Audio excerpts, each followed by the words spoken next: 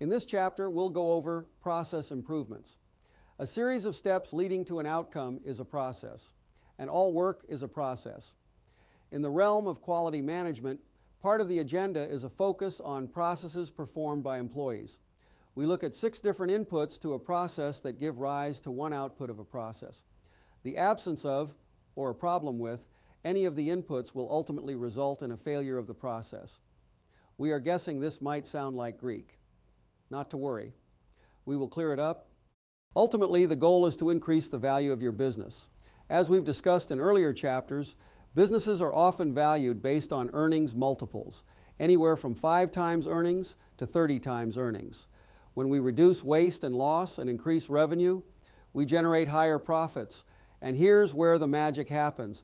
Sales and profit growth don't just result in more earnings, they often lead to a higher earnings multiple when the business is eventually sold.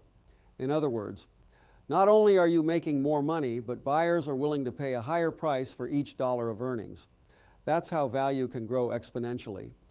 If our goal is to increase profitability and correspondingly the enterprise value of our business, what are the key drivers of value?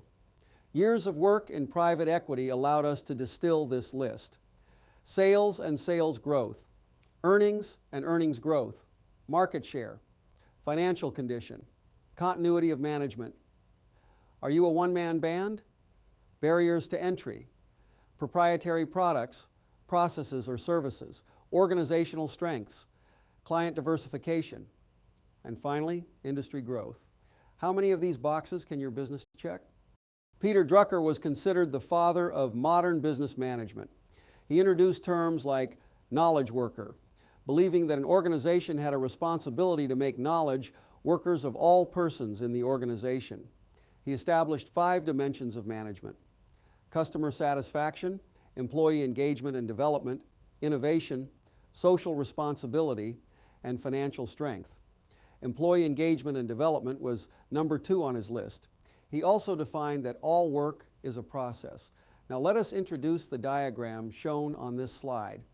Our purpose is simply to create an awareness of it as a tool used in process improvement, which is the cornerstone of continuous quality improvement. Do not be concerned about how to use this diagram. Just be aware of it as a tool for process improvement. The diagram shown here is known as a turtle diagram. It was created by a Japanese engineer named Kaoru Ishikawa. It's called a turtle diagram because its configuration looks like a turtle. The head represents inputs, the tail is outputs, and the 4 limbs represent the 4 operational inputs. In a quality program, we proof every process that needs improvement. Where there are breakdowns in a process, we use the diagram here to identify the point of failure. We start with the output. What is the process output? We need clarity on that first. Next, what are the material and information inputs? Then we focus on the 4 operational inputs. Performance standards for cost, schedule, and quality. Policies and procedures. Do they exist? Are they written down and disseminated as needed? Training and education, part of creating a knowledge worker. And facilities and equipment. If we have defined 6, the output of a process, identified the material and information inputs, and determined that the requirements for the 4 operational inputs are met, we have a process that will succeed 100% of the time. Once again, we only want to create an awareness of how we go about improving processes.